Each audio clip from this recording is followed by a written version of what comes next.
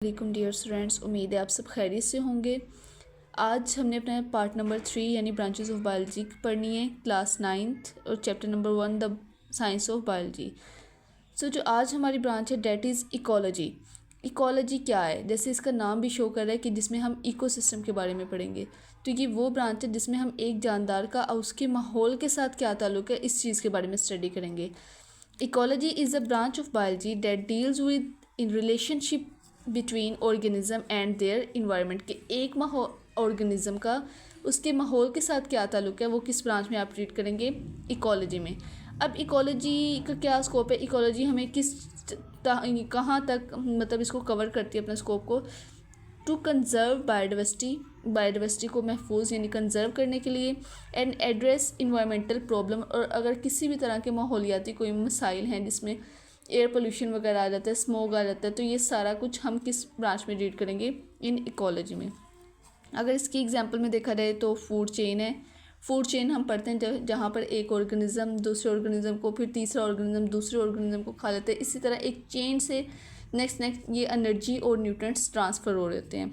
तो ये for instance illustrate interconnectedness of organism for energy and nutrients. तो ecology वो ब्रांच है जिसमें आपने किस चीज़ के बारे में पढ़ा कि एक ऑर्गेनिज्म यानी एक जानदार का उसके माहौल के साथ क्या ताल्लुक़ है, और ये किस चीज़ में हेल्प करता है बायोडाइवर्सिटी को कंजर्व करने के लिए और मुख्तलिफ तरह के जो इन्वायरमेंटल प्रॉब्लम है उसको एड्रेस करने के लिए। नेक्स्ट है मेरीन बायोलॉजी, जिसमें हम ओशन यानी समंदर में पाए जाने वाले जानदार, उसमें पाए जाने वाले प्लांट्स, इन सब के बारे में मेरीन बायोलॉजी में पढ़ते हैं। Marine biology is the branch of biology date deals with the study of life in ocean, यानी समंदर में पाई जाने वाली ज़िंदगी के बारे में आप पढ़ेंगे। इट हेल्प्स टू अंडरस्टैंड, मतलब ये हमें बताता है कि समंदर में कैसी बायोडाइवर्सिटी पाई जाएगी, कैसे जानदारों की इकसाम, कैसे ही प्लांट्स की इकसाम और नई स्पीशीज़ कैसे डिस्कवर की जा सकती हैं, और अगर किसी तरह के कोई इश्यूज़ आ रहे हैं तो उसके माहौल में, यानी आप पानी में कोई इशू आ रहा है किसी वजह से भी, जैसे वहाँ से मुख्तलिफ तरह के शिप्स गुजरते हैं, कार्गोज गुजरते हैं जिनमें पेट्रोल वगैरह भी, इस तरह के फ्यूल वगैरह भी होते हैं, और अगर वो किसी तरह भी समंदर में चले जाएँ तो वहाँ पर मुख्तलिफ तरह के ऐसे सिचुएशन काज हो जाती है कि बहुत सारी फ़िश वगैरह उनको सफोकेशन फील होती है, उनकी डेथ भी हो जाती है। इसकी एग्जांपल में देखा जाए तो कोरल रीफ्स हैं, जो कि एक wide variety of marine life है जो कि सपोर्ट करती है मेरीन लाइफ को। तो मेरीन बायोलॉजी में किस चीज़ के बारे में? मेरीन यानी कि ओशन की लाइफ के बारे में पढ़ते हैं, यानी साल्टी वाटर के बारे में।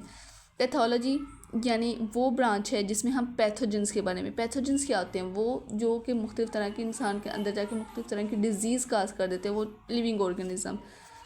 Is the study of disease, बीमारियों के बारे में स्टडी किया जाता है, उसके काजेज़ की क्या वजूहात हैं, एंड इफ़ेक्ट्स, और उसके क्या असरात पाए जाते हैं आगे। पैथोलॉजी किस चीज़ में हेल्प करती है? डिज़ीज़ की डायग्नोसिस यानी बीमारियों की तशख़ीस के लिए, उससे कैसे प्रिवेंशन यानी कैसे उससे बचा जा सकता है और उसका क्या ट्रीटमेंट है। इसकी एग्जांपल देखा जाए तो पैथोलॉजिस्ट क्या स्टडी करते हैं कि जो अनकंट्रोल्ड, अगर सेल अनकंट्रोल डिवाइड होना शुरू हो गया है तो वो कैंसर कैसे काज करता है, और वो कैसे एक बॉडी से दूसरी बॉडी यानी एक बॉडी पार्ट से बाकी बॉडी पार्ट्स तक ट्रांसफ़र हो जाता है। जैसे हमने पढ़ा था कैंसर की भी 2 टाइप्स हैं, एक मेलिग्नेंट है, मतलब वो चीज़ जो एक कैंसर की ये होते हैं कि कुछ सेल्स जिस ऑर्गन पे हुए हैं वहीं पे मौजूद रहेंगे, लेकिन दूसरा है कि कुछ टाइम बाद वो बाकी ऑर्गन्स तक भी ट्रांसफ़र होना शुरू हो जाते हैं। तो पैथोलॉजी में बीमारी के बारे में, उसके काजेज़, उसके इफ़ेक्ट्स के बारे में आप पढ़ेंगे। इम्यूनोलॉजी, जैसे उसका नाम फिर से शो कर रहा है कि इम्यूनिटी के बारे में पढ़ेंगे। इम्यूनिटी क्या होता है? हमारा मुदाफ़ियाती निज़ाम, कि हमारी बॉडी अगर किसी तरह का भी कोई भी डिज़ीज़ या कोई भी इन्फेक्शन होता है तो सबसे पहले वो उससे खुद फाइट करती है ताकि वो हमारी बॉडी को महफूज रख सके, कोई भी इन्फेक्शन हमारी बॉडी में या कोई भी डिज़ीज़ काज ना हो सके। तो इसको बॉडी का फर्स्ट डिफेंस सिस्टम भी कहा जाता है, इम्यूनिटी हमारी जो है। तो इनमें मुख्तलिफ तरह के कंपोनेंट्स होते हैं, वाइट ब्लड सेल्स आ जाते हैं और बहुत सारे स्प्लीन आ जाती हैं। तो वाइट ब्लड सेल का काम भी क्या है? वो भी एज अ सोल्जर काम करता है कि किसी भी तरह का कोई इन्फेक्शन आ जाएगा तो उसको किल करेगा।